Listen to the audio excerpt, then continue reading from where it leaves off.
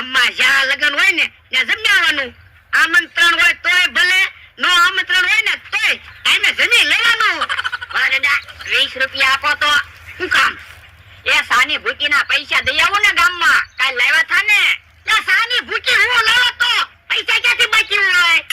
તો એમ નામ 20 રૂપિયા આપો, હું ગામમાં આટો મારતો આવું અને ભાગ ખાતો આવું.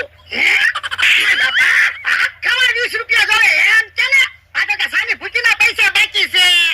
તો પણ તમે એમ નામ તો પૈસા આપતા ના. ખોટું ન બોલતો, નકર હું ઢીબી નાખી. ખોટું બોલે ને એ મને ગમે જ નહીં. કોક એમ નામ લાખ રૂપિયા માંગે ને તો લાખ રૂપિયા આપી દઉં. તો લાવો એમ નામ લાખ રૂપિયા. એ તો કહેવાનું હોય, એમ પૈસા થોડા આપવાના હોય. એ તો મને ખબર જ છે, મને થોડા પૈસા આપવાના હોય. બકુલભાઈ મમરાભાઈ હાટો પૈસા ભેગા કરો પછી છેતરી લઈ જાહે. એટલે એ તો મને ખબર છે, પણ પૈસા લઈ જાય એનું શું? તો પણ ઈવડા એને મારી જેમ ઢીબવાનું ચાલુ કરો. એટલે બકુડાને તું હમણાં ઢીબી નાખું, પણ મને મમરાભાઈની બીક લાગે.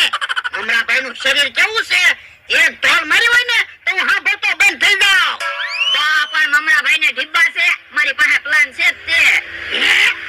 બોલાવો.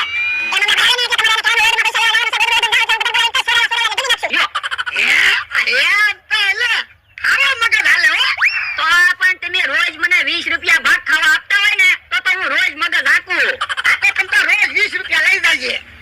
મમરાભાઈ આવે હે તો તું જા. એ હારું. અમારે મારા ભાઈબંધની વાડીએ જવાનું છે ફ્રૂટ ખાવા. કાલે મારા ભાઈબંધનો ફોન આવ્યો તો, "વાહ ખાટલે હું બેહી રે મારી વાડીએ ફ્રૂટ ખાવા." મારા તૈયાર થાય છે. આજ તો મારા ભાઈબંધની વાડીએ જવાનું છે. જો હું તૈયાર થઈ ગયો. હવે તો કયો કયા તમારા ભાઈબંધની વાડીએ જવાનું છે? એ ઓલો અહીંયા વાડીએ નતો આવ્યો કઠણાઈ, એની વાડીએ જવાનું છે.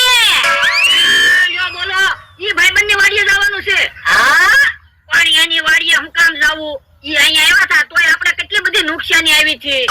પણ અહીંયા આપણે એની વાડીએ જવાનું છે, એમાં આપણે શું નુકસાની આવવાની? હા, ઈ વાત તમારી હાચી. અને હા ભાઈ, તારે જેટલું ફ્રૂટ ખાવું હોય ને એટલું મારા ભાઈબંધની વાડીએ ખાઈ લેજે. પછી 2 મહિના ફ્રૂટ નહીં ખાવાનું, એટલે મારા પૈસા તો બસે. એમ હું કાંઈ ફ્રૂટ ખાઈ લઈશ.